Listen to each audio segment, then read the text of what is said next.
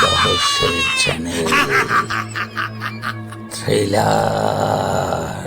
বাড়ির ছাদের ওপরে ছোটখাটো একটা ফুলের বাগান ছিল। সেখানে বছরের নানা সময়ে জুঁই, চামেলি, বেল, হাসনোহানা, গন্ধরাজ, গোলাপ প্রভৃতি তো ফুটতই। তার উপরে ছোট বড় কাঠের বাক্সে ও টবেও দেখা যেত নানা জাতের মরশুমি ফুলের রঙের বাহার। সেদিন সকালে বিমল বসে বসে কতগুলো চারা গাছের গোড়ায় সার দিচ্ছে। এমন সময় কুমারের আবির্ভাব।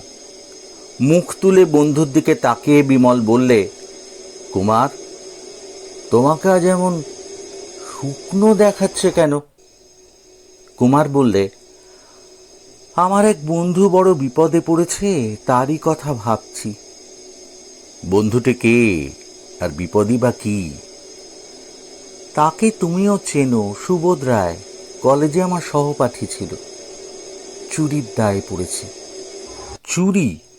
হ্যাঁ, কিন্তু সে চুরি করেনি। বিমল উঠে দাঁড়িয়ে বললে, ব্যাপারটা চিত্তাকর্ষক বলে বোধ হচ্ছে। ঘরের ভেতরে চলো। দুজনে ছাদের পাশের ঘরের ভেতরে গিয়ে বসল। রামহরিকে চা তৈরি করতে বলে বিমল ফিরে বলল, আচ্ছা ভাই, এখন তোমার বন্ধুর বিপদের কথা বলো। কুমার বললে, তাহলে গোড়া থেকেই শোনো। সুবোধের দাদামশাই বিপিনবাবু খুব ধনী লোক, কিন্তু তার ছেলে নেই। আছেন কেবল 2 মেয়ে। বড় মেয়ের এক ছেলে, নাম অনন্ত বসু। সুবোধের মা হচ্ছেন ছোট মেয়ে। অনন্ত আর সুবোধ দাদামশাইয়ের কাছেই থাকে, কারণ তারাই তার বিষয়ের উত্তরাধিকারী। বিপিনবাবু অনেকদিন থেকেই উদ্রি রোগে ভুগছেন। সম্প্রতি ডাক্তাররা জবাব দিয়ে বলে গেছেন তিনি আর মাসখানেকের বেশি বাঁচবেন না। কাজেই বিপিনবাবু স্থির করেছেন আসছে সোমবার তিনি উইল করে 2 নাতিকে সমস্ত সম্পত্তি দিয়ে যাবেন। ইতিমধ্যে গেল কাল রাত্রে বিপিনবাবু লোহার সিন্দুক থেকে একটি মুক্তোর গয়না অদৃশ্য হয়েছে। গহনাগুলি ছিল বিপিনবাবুর স্বর্গীয় স্ত্রীর, অর্থাৎ সুবোধের দিদিমার। তাদের দাম হবে নাকি 25,000 টাকা। ইন্সপেক্টর সদানন্দবাবুকে তুমি তো চেনো। এই মামলার ভার পড়েছে তাঁরই ওপরে। তিনি সন্দেহ করছেন সুবোধকে। বিমল জিজ্ঞেস করলে, সন্দেহের কারণ? প্রথমত, গেলকাল বিপিনবাবু রোগশয্যার পাশে বসে রাত কাটিয়েছে সুবোধই, আর সিন্ধুকের চাবি যে তার দাদামশাইয়ের মাথার বালিশের নিচে ছিল এ কথা সে জানত। দ্বিতীয়ত, আজ সকালে লোহার সিন্দুকের তলায় সুবোধের দেরাজ আর টেবিলের চাবি পাওয়া গেছে। পুলিশের মতে এইটিই হচ্ছে সবচেয়ে বড় প্রমাণ। লোহার সিন্দুক কি বিপিনবাবুর শয়নগৃহে থাকত? না, অন্য ঘরে। তোমার বন্ধু যখন সম্পত্তির অর্ধেক অংশের মালিক হচ্ছে, তখন উইল হবার ঠিক আগেই বোকার মতো এমন চুরি করবে কেন? পুলিশ একটা উদ্দেশ্য আবিষ্কার করেছে। সুবোধ শেয়ার মার্কেটে গিয়ে স্পেকুলেশন করত। ওই কাজে লোকসান হওয়াতে তার 20,000-এর দেনা হয়েছে। পুলিশের মতে সুবোধ চুরি করে ওই দেনা শুধতে চায়। তা বিপিনবাবু নিজে কি বলেন? তিনি রেগে একেবারে আগুন হয়ে উঠেছেন। সুবোধ যে তার সম্পত্তি থেকে বঞ্চিত হবে সে বিষয়ে আর কোনো সন্দেহ নেই। বিপিনবাবুর সমস্ত সম্পত্তির উত্তরাধিকারী হবে তাহলে সুবোধের মাসতুতো ভাই অনন্ত, তাই তো? তাছাড়া আর কি? সুবোধের সঙ্গে অনন্তের বেশ বনিবনাও আছে। হ্যাঁ, সুবোধের এই বিপদে অনন্ত অত্যন্ত কাতর হয়ে পড়েছে। এমনকি আমার সামনে এসে কেঁদে ফেললে। লোহার সিন্দুকের ভেতর কেবল কি ওই একটাই, মানে 100 মুক্তোর গহনা ছিল? না, ছিল আরো অনেক কিছুই, কিন্তু চোর কেবল ওই মুক্তোর গয়নাগুলি সরিয়েছে। এই জন্যই তো পুলিশ সন্দেহ করছে যে এঁচোর বাইরে থেকে আসেনি। বিমল উঠে দাঁড়িয়ে বললে, দেখো কুমার, গোয়েন্দাগিরি করা আমার কাজ নয়। তোমার বন্ধুকে বাঁচাতে পারবো বলেও মনে হচ্ছে না। তবু চলো, কেবল বিপিনবাবুর বাড়িটা ঘুরে আসা যাক। বিমল ও কুমার বিপিনবাবুর বাড়ির সামনে গিয়ে দেখে দেউড়িতে দুজন কনস্টেবল দাঁড়িয়ে আছে। বাড়ির ভেতর ঢুকে কুমার একজন চাকরকে জিজ্ঞেস করলে, সুবোধবাবু কোথায়? সে বললে, বড় দাদাবাবু বসবার ঘরে। কুমার বললে, অনন্তবাবুর বৈঠকখানায়। এসো বিমল। উঠোনের পাশে সুদীর্ঘ দালান পার হয়ে কুমারের সঙ্গে বিমল একটি বড় ঘরে গিয়ে ঢুকে দেখলে সেখানে 4 জন লোক বসে আছে। পুলিশ ইন্সপেক্টর সদানন্দবাবু, তাঁর একজন সহকারী অনন্ত ও সুবোধ। বিমলকে দেখেই সদানন্দবাবু বলে উঠলেন, একে আপনি যে এখানে অ্যাডভেঞ্চারের খোঁজে বুঝি?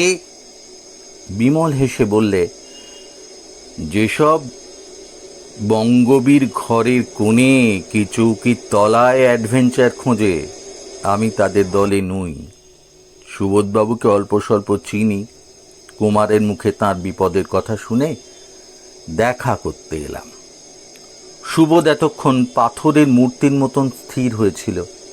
এখন মৃদুস্বরে বললে, বিমলবাবু, চোর অপবাদ হওয়ার চেয়ে আমার মৃত্যু হওয়া ভালো ছিল। আমি নির্দোষ। অনন্ত ছলছল চোখে বলে, সুবোধ আমার ভাই, সে কখনো চোর হতে পারে না। সদানন্দবাবু সামনের টেবিলের ওপরে রুমালের খুঁটে বাঁধা কতগুলো চাবি শুদ্ধ রিংয়ের দিকে বিমলের চোখ পড়ল। সে বললে, ওই চাবিগুলোই কি লোহার সিন্দুকের তলায় পাওয়া গেছে? সদানন্দবাবু বললেন, হ্যাঁ। বিমল চাবি বাঁধা রুমালখানা তুলে নিয়ে খানিকক্ষণ পরীক্ষা করলে। দেখলে রুমালের এক কোণে রেশমি সুতোর একটা এস অক্ষর বোনা আছে। জিজ্ঞেস করলে, সুবোধবাবু, এই রুমাল আর চাবি আপনার? ম্লান মুখে সুবোধ বললে, হ্যাঁ, আজ ওই 2 দিন রুমাল আর চাবি আমি খুঁজে পাচ্ছিলাম না। বিমল বললে, সদানন্দবাবু, আর কোনো সূত্র পেয়েছেন? এইমাত্র ওই বাগানের ভেতরে একটা মুক্তো বসানো আংটি কুড়িয়ে পেয়েছি। মুক্তোর আংটি? দেখি। সদানন্দবাবু আংটিটা বিমলের হাতে দিয়ে বললেন, এই আংটিটাও চোরাই মালের সঙ্গেই ছিল। চোরের অগোচরে কি করে পড়ে গিয়েছে। ঘরের কোলেই দেখা যাচ্ছে ছোট্ট একটি বাগান। আংটি থেকে মুখ তুলে বিমল সেই দিকে তাকিয়ে দেখলে। খানিকক্ষণ পরে বললে, দেখছি বাগানে যেতে গেলে এই ঘরের ভেতর দিয়ে যেতে হয়। চোরেরাও তাহলে এই ঘর দিয়েই বাগানে গিয়েছিল। অনন্ত বললে, অসম্ভব। কাল রাত্রে আমি নিজে এই ঘরের দরজা বন্ধ করে শুতে গিয়েছি। বিমল সে কথার কোনো জবাব না দিয়ে বললে, আচ্ছা সুবোধবাবু, আপনি কি এসেন্স ভালোবাসেন? তারাই অর্থহীন অসংলগ্ন প্রশ্ন শুনে একটু বিস্মিত স্বরে সুবোধ বললে, জীবনে কখনো আমি এসেন্স ব্যবহার করিনি। এসেন্স ভালোবাসেন আমার দাদা অনন্তবাবু। অনন্ত বললে, আগে হ্যাঁ। বেশ। কোন গন্ধ আপনি বেশি পছন্দ করেন? বকুল। কিন্তু কি আশ্চর্য, হঠাৎ আপনি এসব এসেন্সের কথা তুলছেন কেন? মনে হলো তাই জিজ্ঞেস করলুম। আসুন সদানন্দবাবু, এসো কুমার, আমরা একবার বাগানটাও ঘুরে দেখি। বাগানটি আকারে 3 কাঠার বেশি হবে না। নানান গাছে নানান রকম ফুল ফুটে রয়েছে। একটি ছোট কৃত্রিম পাহাড় ও ঝর্ণাও রয়েছে। চারদিকে মৌমাছি ও প্রজাপতিরা ব্যস্তভাবে আনাগোনা করছে। এদিক ওদিক ঘুরতে ঘুরতে বিমল বললে, বাগানটিকে খুব যত্ন করা হয় দেখছি। অনন্ত বললে, আগে হ্যাঁ, এই এক শখ নিয়ে আমার সারাদিন কেটে যায়। এই বাগান এবং আমি, মানে সত্যি কথা বলতে কি, এই বাগান আমি একাই তৈরি করেছি।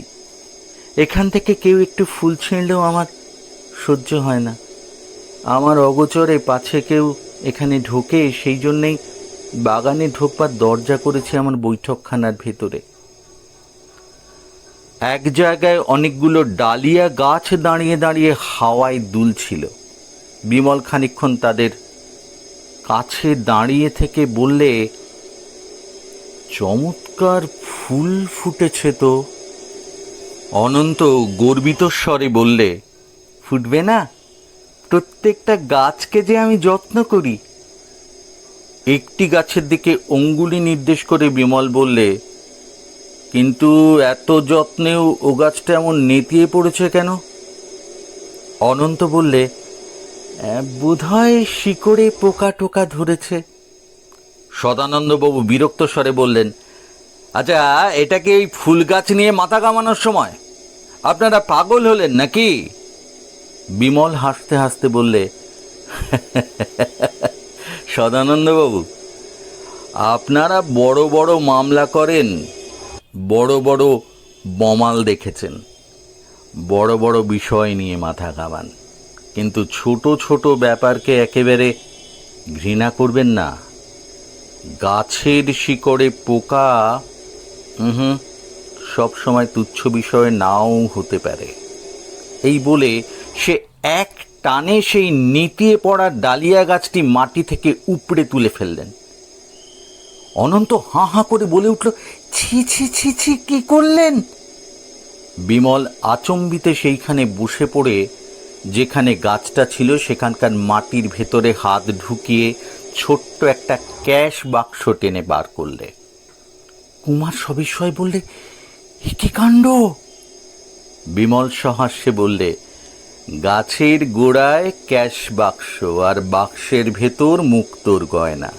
সদানন্দবাবু, এখনই আপনি অনন্তবাবুকে অনায়াসে হাতকড়ি পরিয়ে থানায় চালান দিতে পারেন।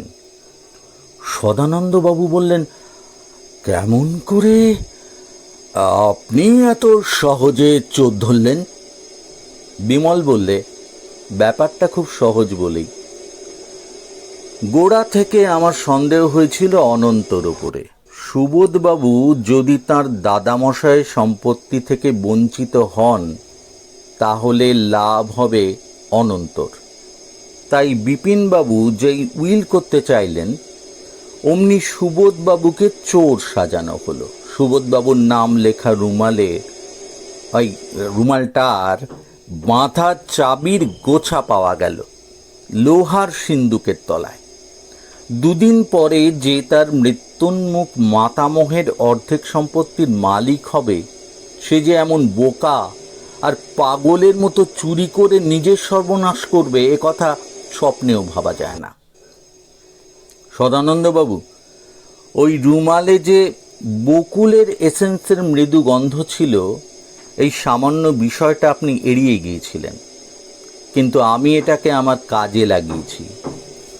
এই জন্যেই যখন শুনলাম সুবোধবাবু এসেন্স ব্যবহার করেন না আর অনন্ত বকুলের এসেন্স ভালোবাসে, তখনই বুঝলুম এই চাবি শুদ্ধ রুমালখানা চুরি করে চোর তার যে পকেটে রেখেছিল, সেখানে তার নিজের এসেন্স মাখানো রুমালও ছিল। এই সামান্য প্রমাণেই জানতে পারলুম সুবোধবাবু নিরপরাধ। আপনার মুখে শুনলাম বাগানে চোরাই মুক্তোর আংটি পাওয়া গেছে। অনন্তের মুখে শুনলুম এই বাগান তার নিজের, আর ঘটনার সময় বাগানে যাবার পথ ছিল বন্ধ, অর্থাৎ সে ভিন্ন আর কেউ এখানে আসতে পারত না। তখনই মনে প্রশ্ন জাগে, তবে এই বাগানে চোরাই মাল পাওয়া গেল কেমন করে? নিশ্চয়ই সে চোরাই মাল নিয়ে বাগানে এসেছিল, আর সেই সময় কোনো গতিকে আংটিটা বাইরে পড়ে গিয়েছিল। বাগানে চোরাই মাল নিয়ে আসবার কারণ কি? চোরাই মাল নিশ্চয়ই লুকোবার জন্য ওখানে নিয়ে গিয়েছিল। তার পরের প্রশ্ন, মালগুলো কোথায় লুকোনো হয়েছে? আমি লক্ষ্য করে দেখলুম বাগানের সব ফুল গাছ সতেজ আর সজীব। কেবল একটি পরিপুষ্ট ডালিম গাছ অসম্ভব রকম নেতিয়ে পড়েছে। তখনই আমার মন বললে গাছের গোড়ায় কোনো সন্দেহজনক গলদ আছে। অনন্ত বুদ্ধি খাটিয়েছিল যথেষ্ট। সে ভেবেছিল ডালিয়া গাছের গোড়া খুঁড়ে চোরাই মাল পুঁতে রাখলে আর কেউ কোনো সন্ধান পাবে না, সন্দেহও করবে না। কিন্তু শিকড়ের চোট লেগে গাছটি যে মরো হবে আর তাই দেখে কারুর মনে সন্দেহ হবে, এতটা সে আন্দাজ করতে পারেনি। হায় হায় সদানন্দবাবু, চোরের পাল্লায় পড়ে এমন সুন্দর একটি ডালিয়া গাছ যে অপঘাতে মারা পড়ল, এজন্য আমি অত্যন্ত দুঃখিত। কেননা ফুলকে আমি অত্যন্ত ভালোবাসি। চলো কুমার, আমাদের এখানে থাকবার আর দরকার নেই। বিমল ও কুমার বিদায় নিয়ে চলে গেল। সদানন্দবাবু চমৎকৃত কণ্ঠে বললেন, আশ্চর্য লোক এই বিমলবাবু। জুলিয়াস সিজারের মতো উনিও অনায়াসে বলতে পারেন, ভিনি ভিডি ভিসি, আমি এলুম, আমি দেখলুম, আমি জয় করলুম। তাক লাগিয়ে দিল। যাকগে, চলো। গল্পটি ভালো লাগলে লাইক করবেন, শেয়ার করবেন আর সাবস্ক্রাইব করবেন।